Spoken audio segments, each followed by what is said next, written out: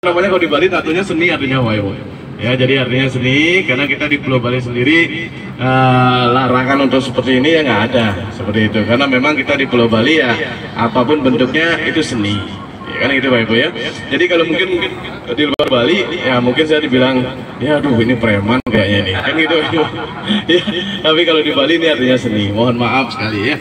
Jadi Bapak Ibu bisa manggil saya Beli Gede boleh ya. Jadi Beli Arte boleh. Saya berasal dari salah satu kabupaten di Bali itu namanya Singaraja. Nah, itu paling utaranya Pulau Bali Pak Ibu. Itu kabupaten terluas di Pulau Bali. Tapi saya tinggalnya di Kabupaten Tabanan. Ya, jadi nyari daerah yang subur saya ini ya. Jadi kalau Kabupaten Tabanan terkenal dengan lumbung berasnya. Nah, itu penghasil beras terbesar di Pulau Bali. Begitu Pak Ibu. Ini Bapak Ibu datang dari Pulau Lombok luar biasa nih. Ini trip kalau bisa dibilang udah waduh jarang ini yang ngambil. Biasanya Bali aja, Lombok aja. Ini enggak, Lombok Bali diambil. Aduh, MTS Cilacap ini luar biasa ya. Ini kalau bos-bos semua. Kalau bupatinya udah Pak Toto gitu Pak ya. Gitu ya. Oh, Pak Tato ya, Pak Tato ya. Nah itu Pak Tato. Oke, saya maju dikit ya Pak Ibu ya. Mohon maaf saya maju dikit ya, biar kelihatan yang di belakang ini ya. Oke, jadi ini kita berjalan nggak terlalu jauh Pak Ibu. Jadi kita kurang lebih 30 menit. Kita menuju ke pertunjukan Tari Barong. Nah, Tari Barong mulainya setengah 10. Begitu. Jadi ini masih waktunya masih enak ya. Jadi kita pelan-pelan begitu ya. Ini Bapak Ibu berada di Denpasar ya. Jadi ini pusat kotanya Pulau Bali yang namanya Denpasar. Ya, kalau Pulau Bali sendiri kan nggak seluas Pulau Jawa pastinya, Bapak Ibu ya. Luas dari Pulau Bali itu 5.632,76 km persegi. Dibagi menjadi 8 kabupaten, 1 kota Madia. Pusat kotanya Denpasar. Begitu. Ini 2 tahun kita udah berhenti nih, Bapak Ibu. Macet karena pariwisatanya mati nih, Bapak Ibu. Karena Bali nggak punya apa-apa kalau tanpa pariwisata, Bapak Ibu. Makanya Bali itu banyak hotel yang tutup. Banyak sekali. Sampai sekarang pun masih ada. Itu di berita saya baca hotel di Bali sudah penuh katanya, penuh debu ya, begitu ya. Karena memang kita di Pulau Bali ya nggak ngerti saya Pak Ibu ya, masuk Bali dipersulit gimana itu nggak ngerti ya. Yang jelas apa ya, mudah-mudahan cepat berlalu lah ini Pak Ibu, karena Pulau Bali sendiri tanpa wisata habis semua. Sekarang banyak yang jualan di pinggir jalan, yang beli nggak ada, begitu Pak Ibu, karena banyak yang di PHK. Hampir 90%, karena orang Bali sendiri kan sebagian besar Pak Ibu ya, itu kerjanya di pariwisata. Begitu, ada di hotel, restoran seperti itu. Nah, ini G20 nanti akan dilaksanakan di Bali, nggak tahu jadi apa enggaknya ini ya. Kita masih bingung ini Pak Ibu. Ya, yang jelas kalau Lombok rame, saya akui Lombok rame. Dan setelah ada Mandalika ya. Ini sebentar lagi Lombok akan kedatangan 10 kapal pesiar. Begitu, ada berlabuhnya di sana. Nah itu Bali akan ya ngeliatin doang gitu ya, karena wisatawan nggak ada yang ke Bali nih Pak Ibu ya. Jadi ini kita udah masuk Denpasar Pak Ibu. Nah ini pusat kotanya Bali ya. Jadi di depan Bapak Ibu ini Poldanya ya. Jadi Polda Bali, kawasan sekolah itu di sini semua. Ini ada kawasan sekolah dari SMA 1 sampai SMA 7. Itu dibatasin tembok semua Pak Ibu. Dan jejer semua Pak. Kalau pindah sekolah gampang, loncat tembok sekolahnya udah beda. Begitu. Nah, ada sekolahnya di sini, ada kawasannya. Yang namanya daerahnya ini namanya daerah Kerenang Bapak Ibu. Kalau ini gornya, ini gelanggang olahraganya Denpasar. Ini sebelah kanan Bapak Ibu. Ya, jadi ini gornya. Kalau Poldanya nanti di sebelah kiri. Yang kita kunjungi sekarang itu kabupatennya Gianyar Bapak Ibu. Yaitu kota seni Pulau Bali. Jadi orang Bali nggak semuanya bisa nari, nggak semuanya bisa ngelukis. Nah, itu tapi di Kabupaten Gianyar itu kelas 4 SD aja udah bisa bikin lukisan, patung seperti itu Pak Ibu. Karena mereka memang darah seninya ada, digosok sedikit udah jadi seniman. Nah itu kawasan sekolah sebelah sana itu Pak Ibu. Deretan semua sekolah. Nah ini Polda Balinya, sebelah kiri jalan Bapak Ibu. Nah ini Polda Balinya. Ya jadi di depan Bapak Ibu udah masuk kita ke kawasan Topati yang udah mulai kawasan seni ya. Jadi ini Poldanya baru. Nah, ini baru direnovasi, ini baru jadi nih Bapak Ibu. Di sebelah kiri, sebelah kanan ya. Ada masjidnya juga. Nah, ini masjid besar Polda ya. Ini sebelah kiri Bapak Ibu yang warnanya menyerupai bajunya polisi. Jadi catnya ini temboknya. Nah, ini sebelah kiri Bapak. Iya, betul. Nah, ini masjidnya. Tapi kalau di Bali ada Puja Mandala, ya mungkin Bapak Ibu pernah dengar. Itu tempat beribadah berbagai agama berdampingan. Ada di Bali. Puri Raharja, ini rumah sakit Pak. Ini rumah sakit ya, ini sebelah sana rumah sakit ya. Tapi kalau di Bali ada tempatnya di Nusa Dua. Nah, itu Puja Mandala. Itu tempat beribadah berbagai agama berdampingan. Karena di Bali menjunjung tinggi toleransi antar umat beragama, Pak Ibu. Nah, makanya diutamakan di Bali apa? Hukum adat lebih kuat daripada negara. Contohnya hukum adat gimana? Contoh kecilnya nggak usah pakai helm. Misalkan naik sepeda motor, mau ke masjid, pakai peci, pakai sarung, itu udah cukup. Polisi nggak akan berani nangkep, biarpun rumahnya jauh dari masjid, itu nggak masalah. Karena di kita mengutamakan adatnya dulu, baru negara, dan menjunjung tinggi toleransi antar umat beragama. Maka tempat ibadah berdampingan. Cara berbeda, tujuan kita sama, kan begitu Pak Ibu ya. Ya makanya di Bali, ya kalau bisa semuanya lah, semuanya harus berdampingan seperti itu. Sama dengan objek wisata, mungkin Bapak Ibu pernah dengar di Bali ada bedugul. Nah, pernah dengar ya, jadi itu puncaknya Bali. Bedugul itu diambil dari kata apa? Beduk dan kul, Pak Ibu. Sebelum sholat mukul beduk, sebelum orang Bali sembahyang mukul kota orang Bali, namanya kul-kul. Itulah digabung, maka dinamai bedugul. Begitu Pak Ibu. 50% Muslim, 50% Hindu. Bedugul itu. Nah, di sana ada wali pitu, di Bali ada wali pitu. Kalau di Jawa kan wali songo. Nah, itu di Bali wali pitu. Makam keramat salah satunya ada di sana. Nah, itu jadi di puncak bukitnya Bedugul. Begitu Pak Ibu. Karena di Pulau Bali sendiri, nah ini setiap kabupaten itu ada makam keramatnya. Baru nyebrang Bapak Ibu di Jembrana ada, Kabupaten Tabanan ada, di Denpasar Raden Ayu Siti Khotijah, anak dari Raja Pemecutan Bali. Di Bali ada wali pitu, tapi juru kuncinya ada dua yang Hindu, pemangku. Jadi pemimpin upacaranya di Bali pemangku namanya Pak Ibu. Juru kuncinya malahan pendetanya Bali, tapi dia bisa selawatan, bisa dapat hidayah seperti itu. Nah itu karena apa? Karena keturunannya beliau itu dulunya beliau ini Raden Siti Khotijah ini kan Hindu dulunya. Karena menikah dengan Raja Madura, akhirnya beliau mualaf. Begitu Pak Ibu. Nah itu yang ada di Denpasar. Itu ada dua. Pantai Seseh juga sama.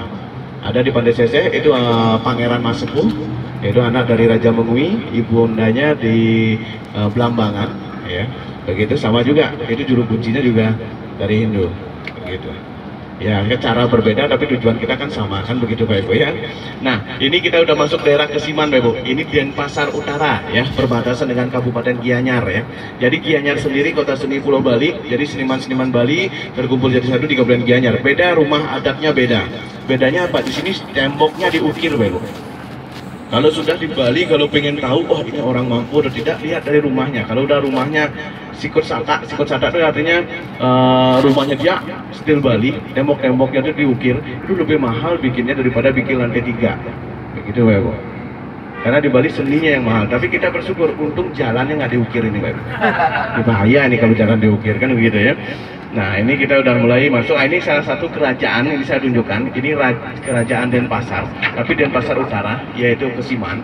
Kalau kerajaan yang kemarin mengadakan upacara ngaben tanggal 21 kemarin, yaitu Raja Pemecutan Bali.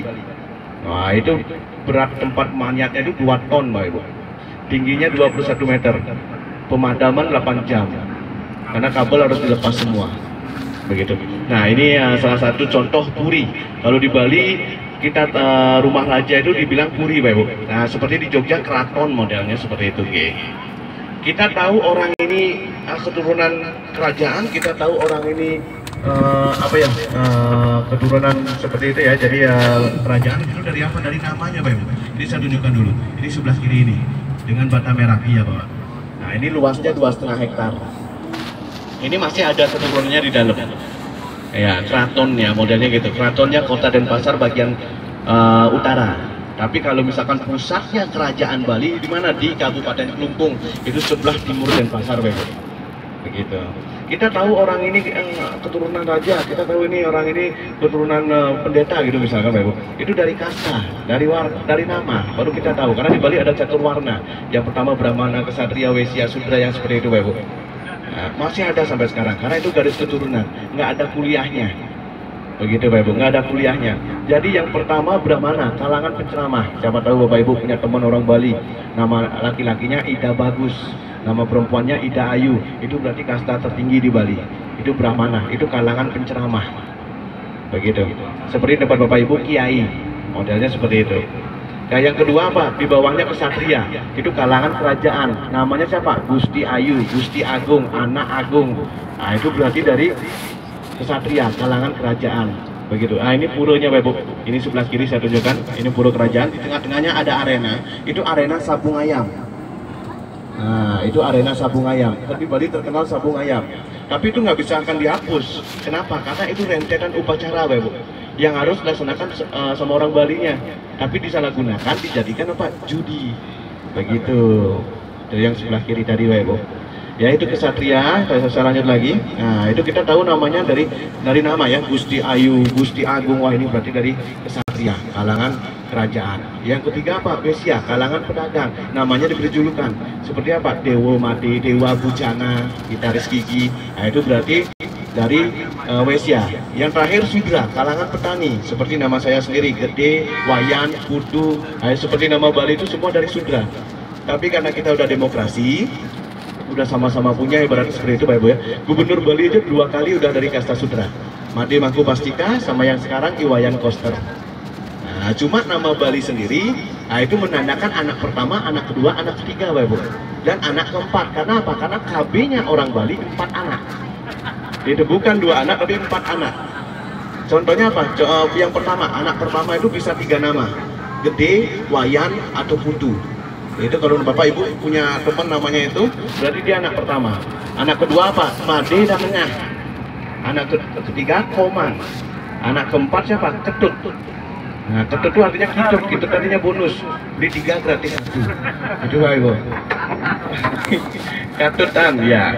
Makanya Gubernur Bali mengimbau, kalau masyarakat Bali sekarang ini mempunyai anak keempat akan digratiskan dari lahir sampai S1 sarjana. Tapi jarang. Kenapa? Karena yang namanya sekarang ini udah malas-malas Bapak, mainnya sesar. Kan 3 kali aja itu kalau sesar. Udah selesai. Kalau punya anak keempat langsung digratiskan semua. Sampai S1 sarjana. Biar apa? Biar KB-nya Bali tidak punah. Nama Ketut ini biar tidak punah Bapak. Ketut biar tidak hilang. Makanya di Bali KB-nya 4 anak. Tapi kalau misalkan kita punya anak kelima gimana? Balik lagi Bapak. Namanya ke depan. Tuh, tapi satu kakak nggak boleh namanya sama. Makanya nama anak pertama kan ada Gede, ada Wayan, ada Putu. Misalkan papanya Wayan, anaknya Gede, nanti anaknya lagi Putu. Nah itu bisa dibalik seperti itu. Nah itu kalau nama Bali. Nah, mencirikan nama perempuan dan nama laki-laki ada. Kalau laki-lakinya depannya ada I-nya, I Gede. Kalau perempuannya Pak Ni, Ni Made, Ni Ketut. Nah itu pasti perempuan yang punya nama. Iya, I gede. Memang itu Pak. Karena apa? Karena semua laki-laki itu mempunyai I. Nah itu, I gede. Yang berbentuk I itu memang ada di setiap laki-laki. Nah ini memang benar gitu artinya Pak. Karena orang Bali zaman dulu kan biar simpel. Begitu, menandakan laki-laki dan perempuan itu dengan ciri khasnya dia. Laki-laki mempunyai I semua dalam tubuhnya. Ya udah, namanya dikasih I. Kenapa nih perempuannya? Karena N itu dilipat, jadinya juga sama. Begitu. Makanya kalau zaman dulu lebih parah lagi bikin nama Bapak Ibu. Simple. Seperti tetangga saya siapa namanya Iwayan Barat. Kenapa namanya Barat? Karena waktu lahir kepalanya menghadap ke barat. Ada namanya Inyoman Ledeng karena dia lahirnya dekat ledeng kalau zaman dulu. Begitu. Beda dengan zaman sekarang. Kalau zaman sekarang kan namanya wah, ada tetangga saya namanya Ibu Barcelona. Wah, itu udah mulai kena pengaruh luar ini. Begitu Bapak Ibu. Tapi biar Bapak Ibu mungkin Bapak Ibu pernah dengar atau gimana ya, di Bali juga ada nama apa? Ibu Muhammad itu ada nama Muslim. Karena apa? Karena di Bali ada Muslim Bali. Itu di Desa Pegayaman Singaraja. Iwayan Saifuddin, Ketut Muhammad, ada semua itu Bapak Ibu. Itu makanya kita nama Bali itu yang terkenal kan Gede, Wayan, Kudu, Komang seperti itu Bapak Ibu. Nah ini bagus, ini Ida bagus apa bagus aja Pak? Gitu. Kalau biasanya namanya bagus, berarti dia ada idenya depannya. Kalau ada ida bagus, berarti itu kastanya Brahmana, itu kalangan penceramah. Itu ide pedanda, itu paling tinggi. Makanya kalau di Bali nggak ada kuliahnya. Saya mau kastanya lebih tinggi lagi, nggak ada. Tapi kalau perempuan bisa naik turun dengan cara apa? Menikah. Karena perempuan harus mengikuti laki-laki. Begitu Ibu. Misalkan kastanya perempuan Brahmana, laki-lakinya Sudra. Ini yang banyak yang pro dan kontra. Biasanya keluarga perempuan tidak akan mengasih izin. Begitu Ibu. Turun jabatan menjadi Sudra. Begitu. Itu yang sulit di Bali. Nah itu. Jadi apa? Kalau misalkan perempuannya Sudra, laki-lakinya Brahmana, dengan sendirinya perempuan ini naik jabatan menjadi Brahmana. Dijuluki siapa? Jero. Makanya ada di Bali Ibu Jero siapa, itu berarti dia dari kasta bawah menuju ke atas. Seperti contohnya Happy Salma, artis itu Bapak. Dia kan yang diajak nikah anaknya Raja Ubud. Nah, akhirnya dia diberi julukan Jero Puspa siapa itu namanya, saya kurang jelas. Nah, itu dikasih jeronya depannya. Jadi kita di Pulau Bali sendiri yang kasta seperti itu masih ada sampai sekarang. Tidak ada kuliahnya. Gubernur biarpun kastanya gubernur Sudra. Nah ini tapi kalau di kantor beda. Biarpun anak buahnya Brahmana, dia tetap normal. Tapi kalau gubernur ini main ke rumahnya anak buahnya, dia harus memakai bahasa halus Promo Inggil. Gitu. Biarpun dia gubernur. Begitu. Tapi yang anak buahnya ini biarpun anak buah, tapi dia kastanya lebih tinggi, kesatria atau Brahmana seperti itu. Itu gimana? Harus lebih halus. Nah itu. Nah ini pengrajin Bapak, ini sebelah kanan. Itu pengrajin perak. Nah itu pengrajin perak ya, itu sebelah kanan. Itu rumahnya diukir-ukir seperti itulah gitu Bapak. Itu sebelum Covid ukirnya. Kalau sekarang nggak bisa ngomong apa-apa, ya. Begitu. Nah makanya kita di Pulau Bali seperti ya pejabat-pejabat itu ada yang kastanya Sudra, pejabatnya anak buahnya Brahmana. Main ke rumahnya Brahmana tetap begini Pak. Permisi, pokoknya istilahnya dia hormat. Nah itu, karena kita memakai bahasa halus Promo Inggil. Karena bahasa Bapak Ibu dengan bahasa saya sama, nggak ada bedanya. Bedanya cuma sedikit. Kalau di Jawa jumlahnya 20, bahasa Sekertanya Ono Ceroko, benar Pak ya? Nah jumlahnya 20, kalau di Bali Ane Cereke, jumlahnya berapa? 18. Ya nggak ada pato sama do. Makanya orang Bali susah bilang T. Gitu tuh, nah itu Pak Ibu. Nah gitu, dia agak neken. Makanya kalau jumlah sama, makanya bahasa Jawa dengan bahasa Bali itu sama. G, sampun itu sama. Cuma kadang-kadang artinya berbeda. Contoh yang bahasa kasar di Jawa, asu, itu kan bahasa paling kasar. Kalau di Bali tidak boleh kita gunakan memanggil anjing. Kenapa? Karena itu bahasa Promo Inggil, bahasa paling halus memanggil anjing. Itu nggak boleh kita gunakan. Makanya apa? Cicing. Tapi di Jawa Barat cicing itu artinya diam. Bahasa Sunda, cicing wae. Kalau di Bali cicing itu bahasa kasar, anjing itu artinya. Tuh, Ibu. Contohnya gedang. Gedang itu apa di depan rumah Ibu? Kalau di Bali pepaya. Bapak Ibu beli gedang pasti dikasihnya apa? Pepaya. Begitu. Ya? Lurus masih. Masih lurus. Pepaya.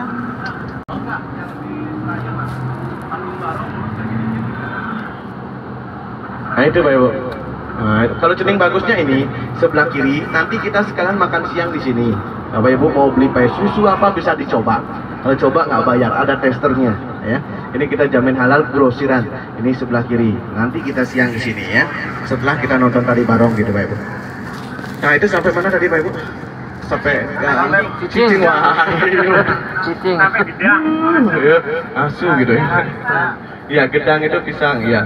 Itu makanya kita di Pulau Bali gedang itu artinya pepaya gitu ya Bapak ya. Gedang itu artinya pepaya karena bahasa kita dengan Jawa itu sama ya. Jadi contohnya siram. Kalau siram di Bali dan di Jawa bahasa halus itu artinya mandi. Kalau di Bali siram itu artinya apa? Nyiramin orang pakai air beras gitu Pak. Tuh, kalau bahasa Balinya Pak ditambahin siram. Makanya kalau apa akhiran bahasa Indonesia akhiran A diganti E, itu bahasa Bali Pak Ibu. Celana itu udah bahasa Bali.